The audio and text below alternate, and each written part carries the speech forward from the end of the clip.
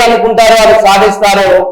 రేపు రాబోయే ఎలక్షన్లు కావచ్చు, సెలక్షన్లు కావచ్చు, మన యొక్క ముద్ర ఉంటది. మన ముద్ర ఏంటిది? దివ్యాంగుల ముద్ర ఉంటది, వికలాంగుల ముద్ర ఉంటది. మనం అసెంబ్లీలో కూర్చుంటాం మరియు పార్లమెంట్ లో కూర్చుంటాం. ఇది అగ్ని సాక్షిగా, అగ్నిహోత్రం సాక్షిగా చెప్తున్నా. ఇప్పుడు అగ్నిహోత్రం చేసినా కదా మీరు, మన హాస్టల్లో మనం మహామృత్యుంజయ యజ్ఞం చేసినాం, ప్రపంచ అగ్నిహోత్రం చేసినాం ఇదే ప్లేస్ లో.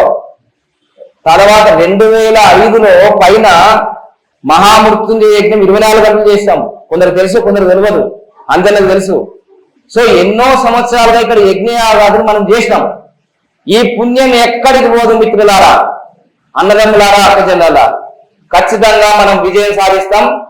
నేను అందుకోసమే వికలాంగులకు అన్ని చట్టాలు ఇంప్లిమెంట్ అవుతున్నాయి, కానీ రాజకీయ రిజర్వేషన్ లేదు. మన గురించి మాట్లాడడానికి